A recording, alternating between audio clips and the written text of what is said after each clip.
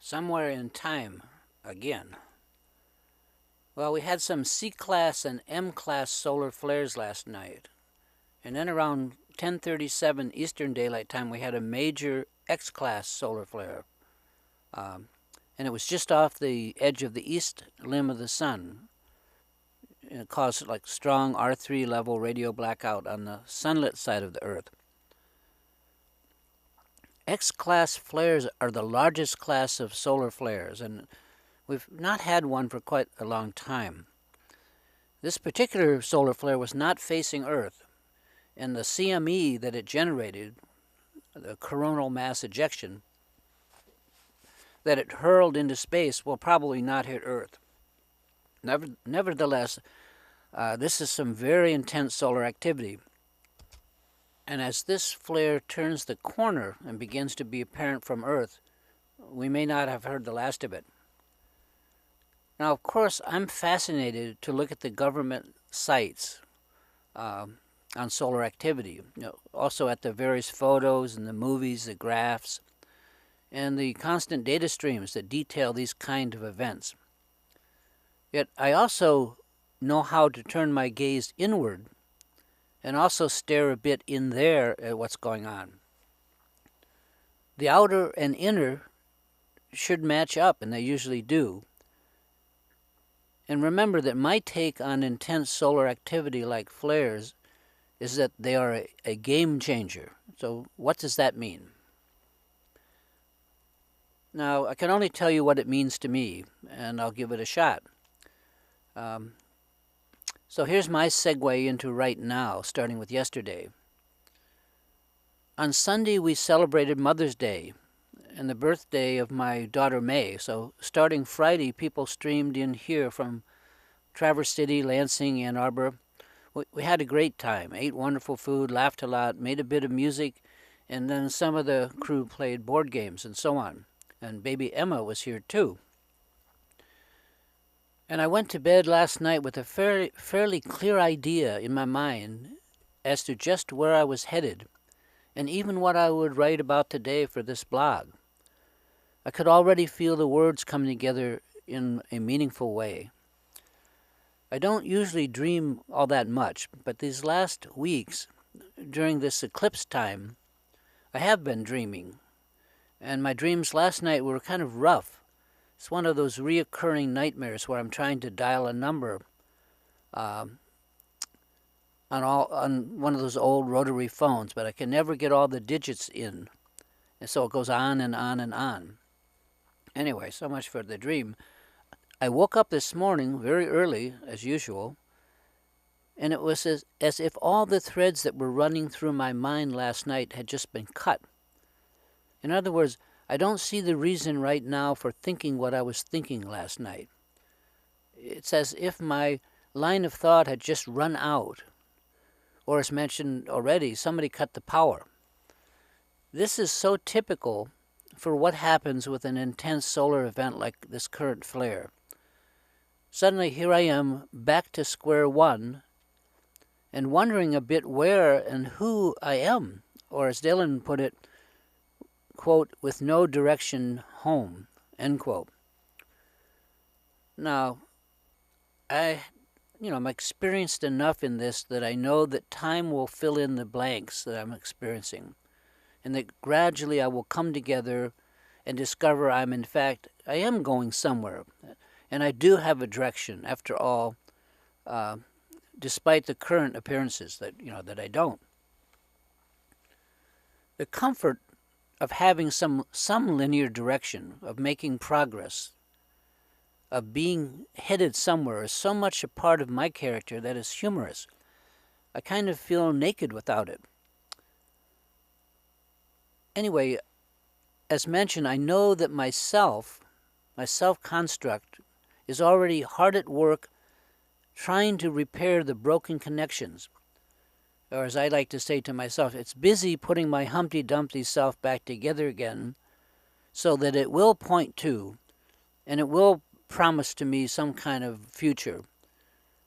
I like the comfort of linear time, of the idea that I'm going in a line towards somewhere, or at least I'm really used to it. And although I'm right here talking to you, I don't know just where that is just now, where I am. I even have to apologize to myself for having very little clues as to what's coming next. Although last night I had no doubt that I was headed here and there. Everything was quite clear. I write this to give those of you who are unfamiliar with the inner or psychological effects of solar flares, and sometimes eclipses as well, give you some idea how cosmic events change us. And I've written a lot lately about change and what it does to us. But what I just wrote out above is a good example of how change can appear. It's like we have, at least briefly, run out of time and are once again standing somewhere out there in the universe looking around for a thread to follow. Anyway, I hope you get the idea. Otherwise, I'm just exposing myself here for no good reason. Change changes things. That's my point. And in order for change to do that, what we have been doing has to come up short or empty out. And so it has, for me at least, once again. Now, as for me, I'm used to this. I follow these changes as best I can. And I no longer panic when I find myself staring out over the edge of eternity at just nothing at all. I try to rest in it, to relax, and I do my best to watch this world of appearances come back into focus and to appear once again, this phantasmagoria, I guess, that we call life. It always comes back into focus, and in the process, I learned something. For one, I learn where I am going only as things fall back into line, as things start to come together, as they take on some kind of linear form, some kind of direction again. And I settle back down to riding this freight train of time into the so-called future. I mean, I love trains. I love looking down long 2 tracks in the deep forests until they vanish to a single point in the distance. So for some reason, linear is so comforting for me, even if it's not the truth. So what will I be doing today? And what will I be thinking today? And what will I be writing about today? The answer to that is who knows? I certainly don't. I write right now about this because I'm treading water out there in the universe and waiting for linearity to reassert itself, after which time I'll be able to tell you what I'm doing. I feel like the kid who's building a house of cards only to have it all knocked down and to have to start over again. This is what intense solar change is like. It does not just modify our life course a little bit and tweak it. Instead, it tends to stop us cold, reshuffles the deck, and deals us a new hand so that we can build yet another house of cards. Now, typically it takes, in my case, about a day or two, or at least part of a day, to piece itself back together again.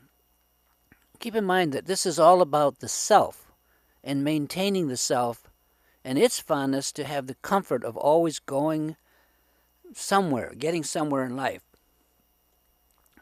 So actually, if I think about it, these times of change are refreshing. Scattering the cards, returning to ground zero and starting over. This is an excellent opportunity to get a look and to feel a look at the nature of the mind itself. So I tell myself not to be in a hurry, or in such a hurry to rebuild the self, to get my stuff together again. Instead, watch the self reconstruct what was just deconstructed in one fell swoop, as best it can.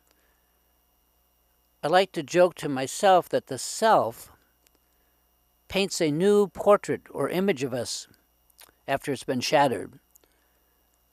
But as likely as not, that portrait is impressionistic or even cubist, or hails from the world sometimes of Salvador Dali. We might have an ear where our nose should be for a while. So I asked myself, where's my sense of humor? So right now I am mostly doing nothing.